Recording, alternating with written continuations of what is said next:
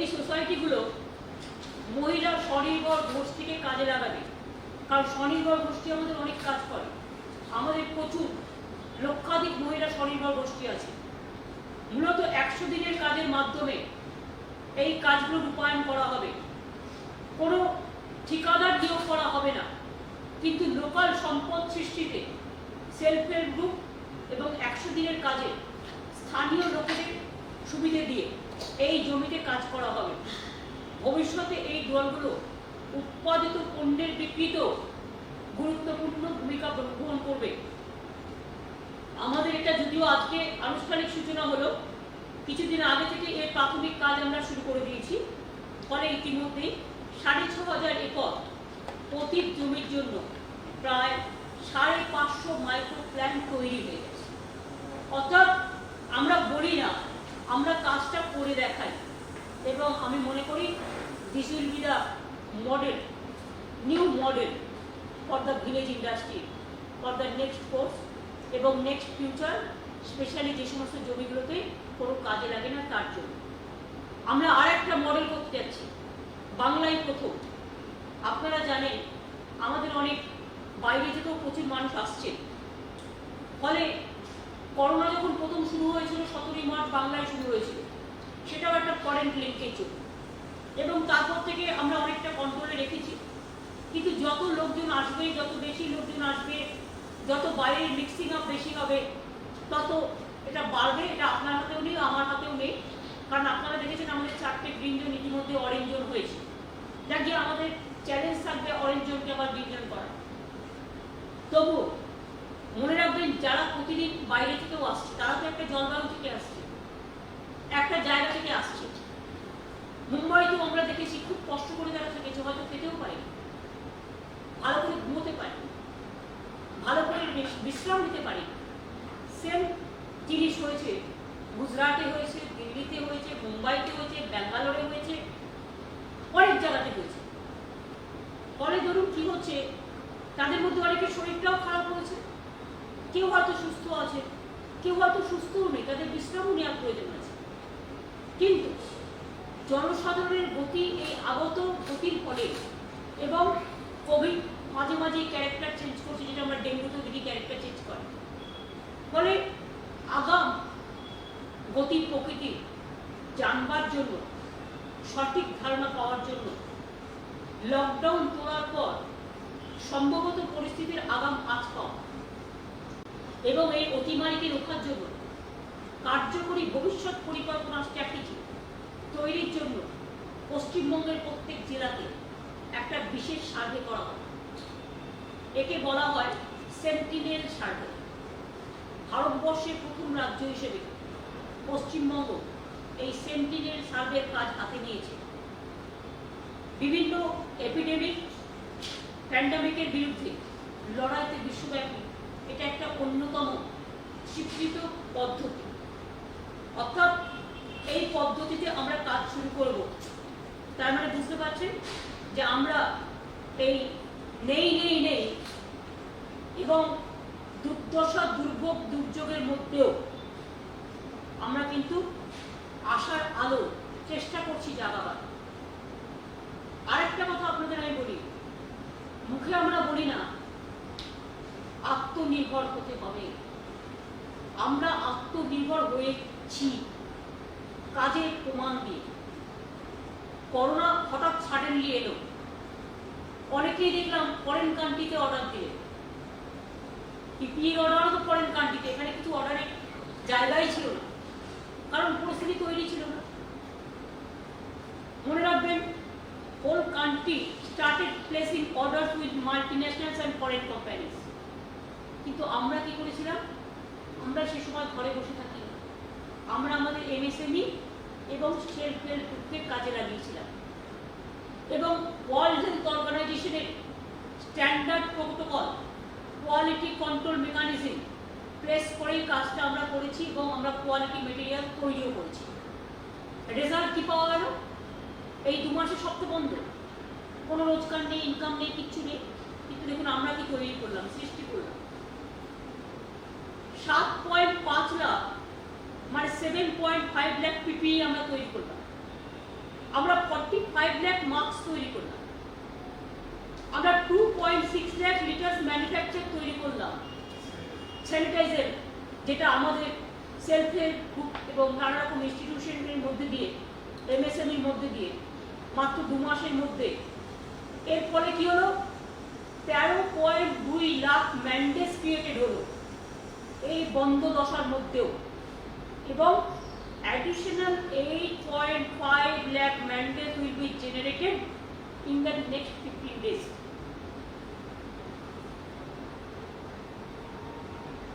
ভারতবর্ষের অর্থনীতি যেখানে টোটাল রিসেশন স্টার্ট হয়ে গেছে, এবং আজকে বক্তৃতার পরে তো কোথায় গিয়ে দাঁড়াবে জানি না, অর্থনৈতিক ক্রেডিবিলিটি টোটাল তলানিতে দাঁড়াবে ফাইন্যান্স মিনিস্টারের বক্তৃতার পর।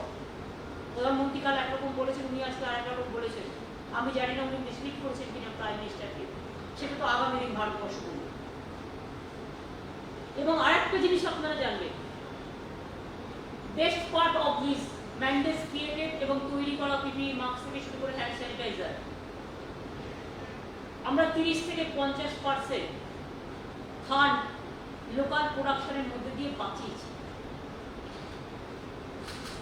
অর্থাৎ এই যে বলি না সারাক্ষণ আমরা, করে দেখাতে হবে বন্ধু।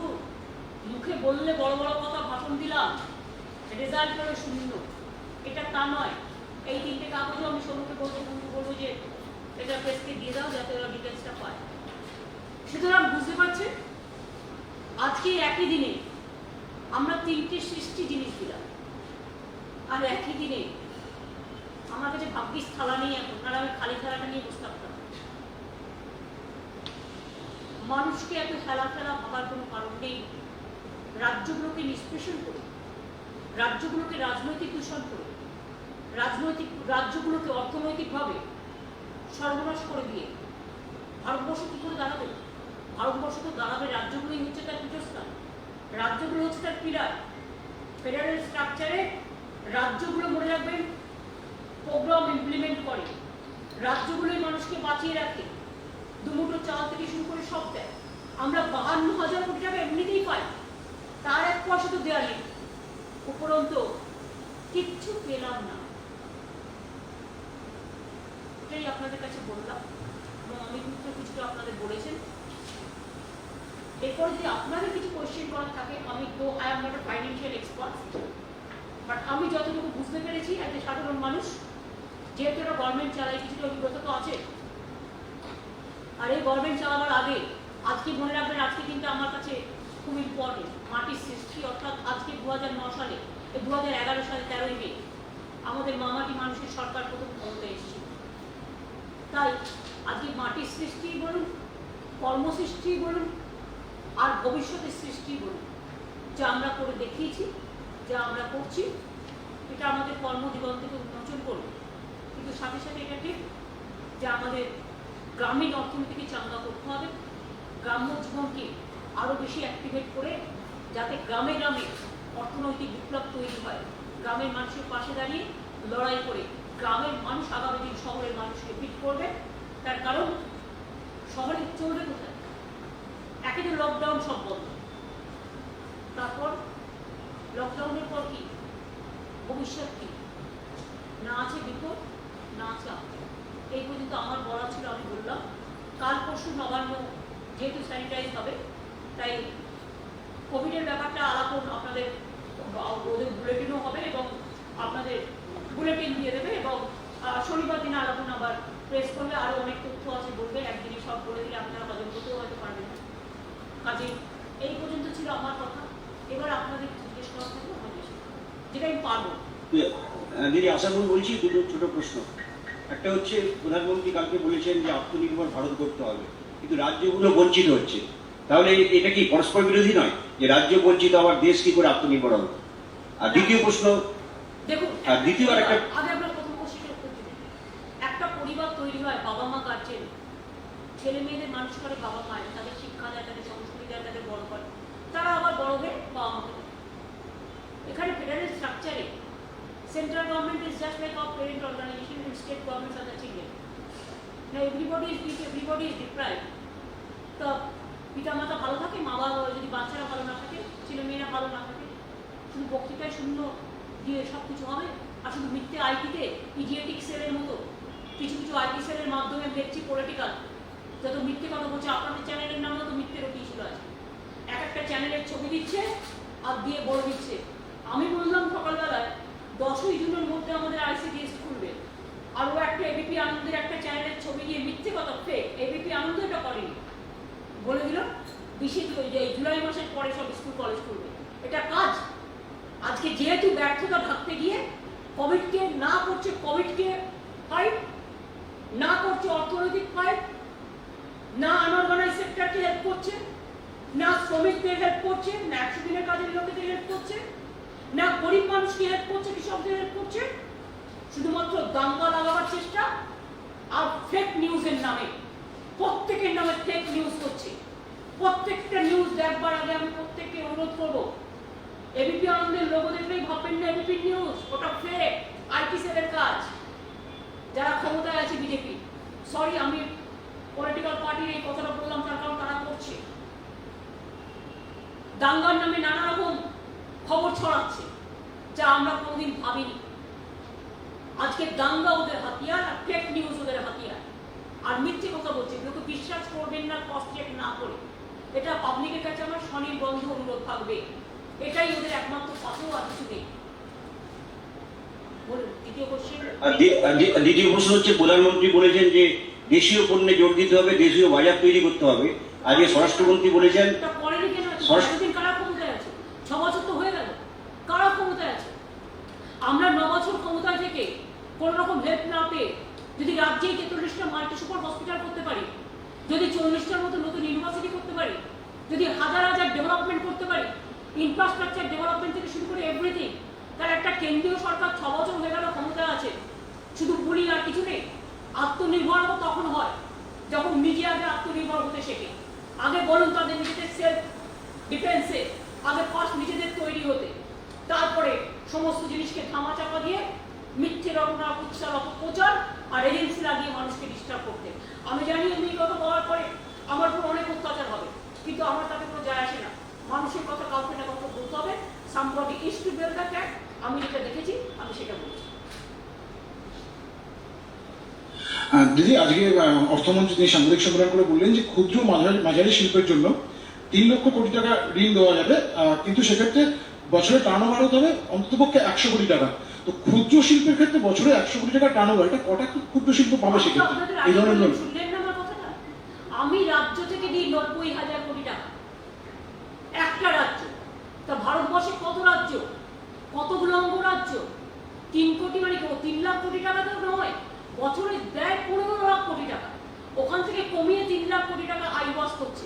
এমএসএমই ডিস্ট্রিক্টে চূড়ান্ত হয়ে গেছে এবং আরো হবে।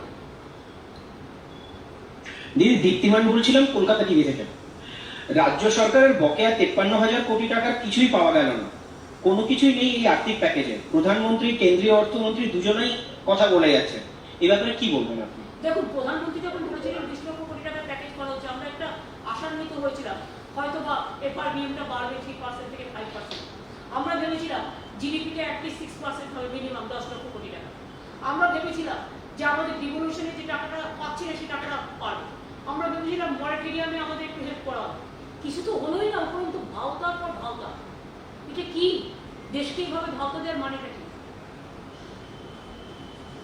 দিদি, আরেকটা প্রশ্ন আছে, সেটা হলো পরিযায়ী শ্রমিকরা মাইলের পর মাইল হাঁটছে, অথচ বিজেপি শাসিত যে রাজ্য রয়েছে সেখানে শ্রম আইন পরিবর্তন করার কথা বলছে, কি বলবেন? আমি তো দেখেছি কোন কোন রাজ্য অর্ডিন্যান্স করেছে এবং সেক্ষেত্রে শ্রমিকদের কাজ 8 ঘন্টার জায়গায় 12 ঘন্টা করেছে, 14 ঘন্টা করেছে। মানে শ্রমিকরা বলতে পারবে না যে আমি ক ঘন্টা কাজ করবো। এই অত্যাচার, এই শোষণ আগে কখনো হয়নি। সুতরাং আমরা প্রতিবাদ করছি, তীব্র প্রতিবাদ করছি, এবং আমি মনে করি লেবার লস যা দীর্ঘদিন ধরে চলছে, বছরের পর বছর ধরে, সেই লেবার লসকে বাদ দিয়ে অর্ডিন্যান্স করে শ্রমিকদের মুখে খাওয়া যারা কেড়ে নিচ্ছেন এবং শ্রমিকদের উপরে যারা মানসিক, আর্থিক এবং সর্বরকম অত্যাচার করছেন, আমরা তাদের ধিক্কার জানাই। দিদি, মনীষ কীর্তনিয়া, সিএন নিউজ। আপনি আপনার মতো করে চেষ্টা করছেন রাজ্যকে টেনে তোলা, এটা কারেক্ট, এবং ইকোনমিটা টেনে তোলার চেষ্টা করছেন, কিন্তু যেভাবে রাজ্যের পাওনা গন্ডা দেওয়া হচ্ছে না বারবার বলা সত্ত্বেও, সামনে বছর ইলেকশন রয়েছে, এই অল্প সময়ের মধ্যে কি করে এই গোটা পরিস্থিতিটা মোকাবিলা করবেন যদি টাকা পয়সাগুলো না পান? আপনার এটা কি আপনারও চাপ হয়ে আছে না? সব ঠিক আছে, আপনার টিভি চ্যানেল কি বলুন না, বিজেপি হয়ে কম বলতো, এরপর কিন্তু মানুষ ধরবে এত মিথ্যে কথা বললে। আগে 15 লাখ টাকা করে ভেবে বলেছিল, জানেন তো অ্যাকাউন্টে, কালকে আবার 20 লক্ষ কোটি টাকা দিয়ে দিয়েছে 1 পয়সাও না দিয়ে। সুতরাং মাথায় রাখবে, ইলেকশন এখন অনেক দেরি, 1 বছর আছে, এক একটা দিন অনেক বড় হয়, আবার এক একটা দিন অনেক ছোট হয়। তো every moment is very important. আগে আজকে কি খাবেন সেটা দেখুন, কালকেরটা কাল চিন্তা করবেন। নির্বাচন আমরা সামনে নেবো, এ নিয়ে চিন্তা করবার আপনার কোনো কারণ নেই। আমাদের সবটাই তো ভাবে মারছে, আমাদের সবটাই তো মুখ বন্ধ করে দিচ্ছে, আমাদের সবটাই তো মানুষকে ভাবে মারছে। আমি 8খানা রুটি খেলে, আমি 8খানা রুটি অন্তত চেষ্টা করবো এই 8খানা রুটির মধ্যে আমরা সবাই যাতে ভাগ করে খেতে পারি। আমরা অন্তত মানবিক থাকবো, এটুকু বলতে পারি, দানবিক হবো, যতক্ষণ পারবো চেষ্টা করবো। এবং আমি মনে করি সেরকম দিন আসলে বাংলার মানুষ ঐক্যবদ্ধ হয়ে সবাই মিলে একসাথেই আমরা লড়াই করে এই লড়াইটাই বাঁচবো।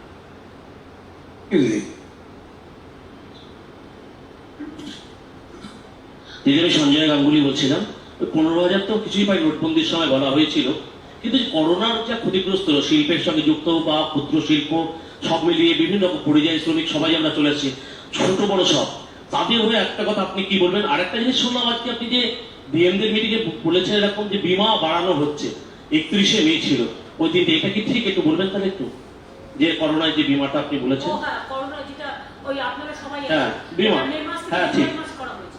এটা বীমাটা বাড়া হয়েছে ডাক্তার, সিস্টার, না তারপরে আমার হেলথ ওয়ার্কার, মিউনিসিপাল, মানে যারা এই কাজের সাথে আছে কোভিডের সাথে, ইনক্লুডিং সাংবাদিকরাও, পুলিশরাও, বীমাটা বাড়িয়ে জুলাই পর্যন্ত করা হয়েছে, 31শে জুলাই পর্যন্ত করা হয়েছে আপাতত। স্কুল না, স্কুল তো 10 দিন বললেন। স্কুল তো বলে দিয়েছি, হ্যাঁ। জুনের পরে দেখে নেবে, এটা এডুকেশন ডিপার্টমেন্ট দেখে নেবে।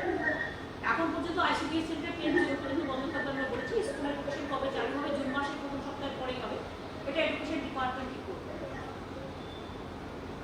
ট্রান্সপোর্ট কিন্তু আছে, ওরা ট্রান্সপোর্ট পলিসি করবে, প্ল্যান করবে, ওরা আমাকে জানাবে। হ্যাঁ।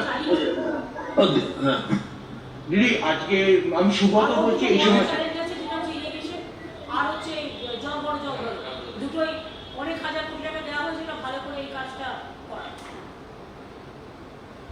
দিদি আপনি তো বাস চালিয়েছেন, আমি সুব্রত বলছি এই সময় থেকে। আজকে থেকে বাস, সরকারি বাস রাস্তায় নেমেছে, কিন্তু বাসের 20টা যাত্রী রক্ষা করা হচ্ছে না, অনেক বেশি লোক যাত্রী উঠছে এবং সেই নিয়ে একটা ব্যাপক চাওয়াজ হচ্ছে। এটা তো দেখুন বিভিন্ন- পাবলিকের কাছে হ্যাঁ। আমাদের আবেদন থাকবে, এটা তো আমাকে আমার ভালো বুঝতে হবে।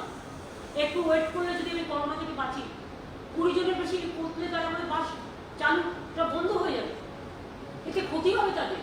আমি প্রত্যেককে বলবো, পাবলিককে প্লিজ ধৈর্য হারাবেন, বাজারে যান, একটু দূরে দাঁড়িয়ে, দুহাত দূরে থাকুন না, কি অসুবিধা আছে, একটু না টাইম লাগবে, অন্তত জীবনের থেকে তো সেটা বড় নয়, সেখানে তো আমরাও নানা রকম রিল্যাক্সেশন করছি। সুতরাং এটা বলবো, বাসে 20 জন অ্যালাউ করা হচ্ছে স্টেট বাসে, কারণ এটা গভর্নমেন্টের সাবসিডি দিয়ে চালাতে হচ্ছে। যে বাসে আগে 50-60 জন চলতো, মাত্র 20 জন সাবসিডি দিয়ে চালু করা হয়েছে। কিন্তু কোঅপারেশন না থাকলে আমরা কি করে চালাবো বলুন? কন্ডাক্টরের কথাও শুনছে না তারা, এবং তারা খুব ইনসিকিউর ফিল করছে। কন্ডাক্টরের কথা না শুনলে, ড্রাইভারের কথা না শুনলে, তাহলে বাস ডিপার্টমেন্ট ঠিক করবে, ট্রান্সপোর্ট ডিপার্টমেন্ট ঠিক করবে না করবে, আস্তে আস্তে ঠিক হয়ে যাবে। আমার মনে হয় আস্তে আস্তে বুঝবে, যত দিন যায় বুঝবে। তোমরা একটা অ্যাডও করবো। দিদিমণি, দুটো কথা। একটা ব্যাপার, আপনি চালু করেছেন পাড়ায় পাড়ায় চায়ের দোকান, এবং সেটা বলেছেন আপনি যে চায়ের দোকানে চা বিক্রি করা যাবে না, বাড়িতে নিয়ে যেতে হবে। সেটা সকাল থেকে দেখা যাচ্ছে সমস্ত চায়ের দোকানে চা বিক্রি হচ্ছে, কেউ বাড়ি নিয়ে যাচ্ছে। চা বিক্রি করে চাটা নিয়ে গিয়ে বাড়িতে গিয়ে খাবে। আমরা বলেছি চায়ের দোকানে দাঁড়িয়ে, হ্যাঁ 2-3 জন থাকলো ঠিক আছে, তার বেশি আমাদের যে 7 জন লিমিটেশন আছে, তার বেশি থাকলে আমরা কিন্তু অ্যাকশন নেবো, এবং দরকার দোকানটা বন্ধ হয়ে যাবে, তাতে লাভটা কাটবে। আমরা তো চেষ্টা করছি বিজনেসটা চলুক, শুধু চায়ের দোকান না, সব খাবার দোকানই চলুক, কিন্তু খাবারটা বাড়িতে নিয়ে গিয়ে খাও, দোকান থেকে কিনুন। আলুর চপ মুড়ি শুধু না, সব খাবারের দোকান চালু থাকুক না, কিন্তু শুধুমাত্র দেখতে হবে যে খাবারটা যেন ওখানে দাঁড়িয়ে না খেয়ে, রেস্টুরেন্টে না খেয়ে, ওটা বাড়িতে নিয়ে যাওয়া। আরেকটা কথা দিদিমণি, প্রতি বছর প্রচুর ডাক্তার পাস করে, এবং আপনিও অনেক ডাক্তারদের সুযোগ সুবিধা দেন। এখন একটা জিনিস দেখা যাচ্ছে, গত কয়েক বছরে পাড়ার ডাক্তাররা বাড়িতে কল দিলে আসছেন না, এটা উঠিয়ে দিয়েছে। আগে ভিজিট দাও। আপনার সব উত্তর তো আমি দিতে পারবো না, এরকম খবর আমরাও পাচ্ছি, বাট এটা তো আপনার নিজস্ব ব্যাপার। আস্তে আস্তে নিশ্চয়ই তারাও করবেন, তারাও হয়তো ভাবছেন যে করোনা রোগীরা চলে আসে, হয়তো এরকম ধরনের দৃষ্টিভঙ্গি আছে। আস্তে আস্তে যত দিন যাবে, করোনাটা যেমন মাস্কটা আমাদের নিত্য হয়ে গেছে, সেরকম মনে রাখবেন যে আমাদের যারা মাঠে ময়দানে কাজ করবে তাদের একটা করে গ্লাভসও নিতে হবে। এবং আস্তে আস্তে সবাই বুঝবে যে করোনাকে ফাইট করতে হবে, করোনাকে ভয় পেলে চলবে না, এবং করোনা হারবে, বাংলা জিতবে, এটা বিশ্বাস, মানুষ জিতবে। ম্যাডাম হ্যালো ম্যাডাম, প্রীতেশ বলছিলাম মিলেনিয়াম পোস্ট থেকে।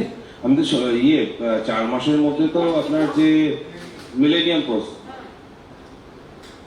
আপনার 3-4 মাসের মধ্যে আপনার বাংলার আবাস যোজনা এবং সড়ক যোজনার যে কাজগুলো করতে বলছেন, আমরা 100 দিনের যে কাজ তার জন্য কত মাইন্ডেজ ক্রিয়েট হবে, এরকম কি কোনো টার্গেট সেট করা হয়েছে? বলা যায় না, বাংলা 100 দিনের কাজে প্রথম থাকে প্রতিবারই বাংলা আবাস যোজনা, বাংলার গ্রামীণ সড়ক যোজনা, সব কিছুতেই আমরা বলছি ম্যান পাওয়ার বেশি করে লাগিয়ে কাজগুলো করতে।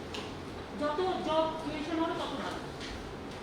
জব ক্রিয়েশনে যেন কোনো কার্পণ্য করা না হয়, এটা ইনস্ট্রাকশন দেওয়া হয়েছে।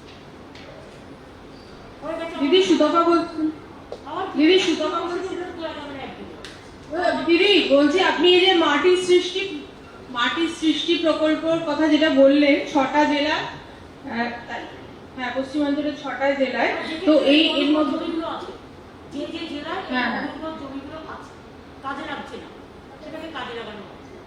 এই সমস্ত প্রকল্পের মাধ্যমে কত মানুষকে স্বনির্ভর করে তোলার টার্গেট আপনারা নিয়েছেন, একটু যদি বলেন। বললাম 2.5 লক্ষ, ইমিডিয়েট ট্রেনে আছে 2.5 লক্ষ, ওটা দিয়ে দেবে আপনাদের পেছে। Thank you. সুমন বলছি দিদি, আর একটা লাস্ট প্রশ্ন। তুমি এরকম কি করছো?